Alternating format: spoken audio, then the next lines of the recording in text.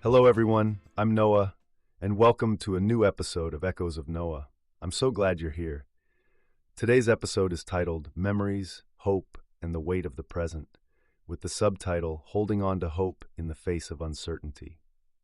As I began to reflect and write this piece, the haunting melody of Hymn Mvmt II Lament from the King played in the background. That music helped me relive what I've been carrying, allowed me to feel it, name it, and release it. So take a breath, let the music play softly in the back of your mind. Let's begin. Life feels heavy these days. My friend Jason, someone who's walked beside me through countless adventures, is now walking through something much harder. He's only 42, but his health has changed the shape of his days. Rehab centers, hospitals, memory lapses, machines breathing rhythm into his rest. There are moments when he's still him, still quick with a joke, still lighting up the space. And then there are days when silence is the only thing between us. His brother Eric and sister Jeanette are looking for answers, digging into the shadows of a situation that has no clear path. And me? I'm not family, so I stand at a threshold. I try to be a bridge. Sometimes I feel like a lifeline, and sometimes I feel helpless. I visit him when I can. I watch the shifts, the good days, the difficult ones. The ones where he reaches for his phone like he's not sure why. The ones where his body is there but his energy has pulled back behind his eyes. There's a walker, a wheelchair, a cane. They help, yes, but they also mark time, a slow inventory of what's been lost. Before it got this bad, I was planning a trip to Florida. Jason wanted to come. Someone asked, "But how would he even go with you?" My answer was simple. We'll find a dialysis center near where we'll stay. I'll drive him. I'll pick him up. Of course I would. To me, it wasn't a sacrifice. It wasn't even a question. It was just what you do when someone matters. Because his presence adds meaning, not just to a trip, but to life. We've driven to Connecticut, Boston, Virginia, the Carolinas, New Jersey, Pennsylvania. We partied in Philadelphia for a weekend, but that was just one of many. We danced and laughed in countless cities and towns, wandered into bars and clubs from Boston to Brooklyn, wherever the road and the moment led us. One time, we drove to Rhode Island just to visit a beach we'd never seen before, and then hit a bar in Boston before heading back the same night. Not because we had to, just because we could. Other trips were quieter, visiting people we cared about, sitting on porches, sharing food, watching old music videos or movies. Sometimes the miles weren't for adventure, they were just for being. But one of our greatest walks wasn't about a destination. It was about endurance, companionship, and simply choosing to go the distance, together. We walked from Brooklyn to Yonkers. The journey started with me leaving Lincoln Terrace Park and Jason walking from Sunset Park. We met at the Apple Store on Flatbush Avenue, right near the old clock tower. And from there, we began, step by step. We crossed the Brooklyn Bridge, cut through the pulse of Manhattan, where protests and festivals swirled in every direction. We curved up 2nd Avenue, thinking of the stores and cafes along the way. Eventually, we crossed the Willis Avenue Bridge into the Bronx and paused at the Home Depot on Exterior Street. A brief respite, a hello to a friend, a breather. Then came Broadway. We took it all the way. Past Van Cortlandt Park, past aching feet and burning calves, past the sun setting behind us. We stopped when we needed to. We sat on benches, we shared water, we laughed, we debated, we reminisced.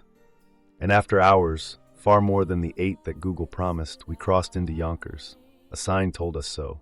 And still, a few blocks more, until we were greeted with warmth, food, and family. That journey wasn't flashy. It wasn't meant for anyone else's eyes but ours. But it cemented something sacred. We didn't just walk through boroughs. We walked through stories, through memories, through the truths of who we are. Jason, if you ever hear this, I want you to know that I see you. I remember you before all of this, and I see you now too. Even on the quiet days, even when you can't say much. I see the spark that's still there. I remember the way your face would shift when something didn't sit quite right or when something sparked your curiosity. It was subtle, a narrowing of the eyes, a tilt in your mouth, but I knew what it meant. And I remember your laugh, that full-bodied sound that filled every space with ease. We didn't always agree. Lord knows we've had our debates, But even disagreement with you felt like a form of connection, like passion taking another shape. We didn't need to be the same to walk beside each other. Your sister told me she's grateful you have me. That comforts me. But I still ask myself, am I doing enough? Could I be more present? Could I fight harder for you? I want to believe. I want to believe you'll get stronger. That one day soon, we'll laugh the way we used to, without watching the clock or adjusting the medical tubing or scheduling around treatments. I want to believe, but I'm scared too. Because I've lost people. I've said goodbye to parents, friends, family. And what you're going through isn't just a reminder of your fragility. It's a mirror. It's a gut punch. It forces me to look at my own mortality. It makes me face the truth that none of us get to skip this part of life. That even healing comes with shadows, and it's terrifying, because one day I may have only the memory of you. And as beautiful as memory is, it can never replace the making of memories. That laughter, that spontaneity, that quiet understanding. Even now, it's your presence that adds color to the world. Not because you point out the details, but because you see me when I do. When I notice how the trees line the road, or how the sky leans just so over the edge of the highway, you don't brush it off. You lean into it, you absorb it, you respond, you reflect. And in that reflection, something sacred happens. Because that's what we've always done. We walk, we adapt, we laugh when we can, and we sit in silence when we must. Step by step, no matter how hard the road gets. So today, this is what I offer. A moment to feel what's too often hidden. A space where love and sorrow aren't contradictions. A reminder that presence is the miracle. That friendship isn't measured in solutions, but in staying. Because even now, when your eyes look past me, even now, when the weight feels impossible, even now, you're still my friend, and I'm still here. And that still matters. Jason has a stance in the world, a way of carrying himself that eases tension, welcomes others in, and lets people feel at home around him. It's not about stature, it's not loud or attention-seeking. It's quiet charisma, the kind you can't fake, the kind that over the years pulled people into his orbit with ease. I witnessed it more times than I can count.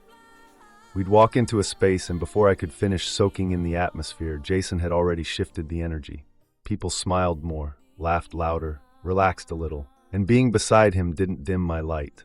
It illuminated another part of me. We each brought something unique. My curiosity, my restlessness, my drive to go anywhere, see anything.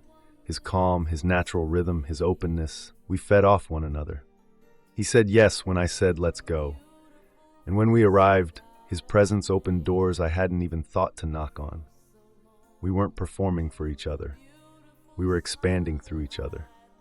And maybe that's what love, in all its forms, really is. We danced through Philly nights, wandered into clubs that turned strangers into friends, and sat at park benches or diner booths until morning crept up on the sky. Not all of it was wild. Sometimes it was just a walk.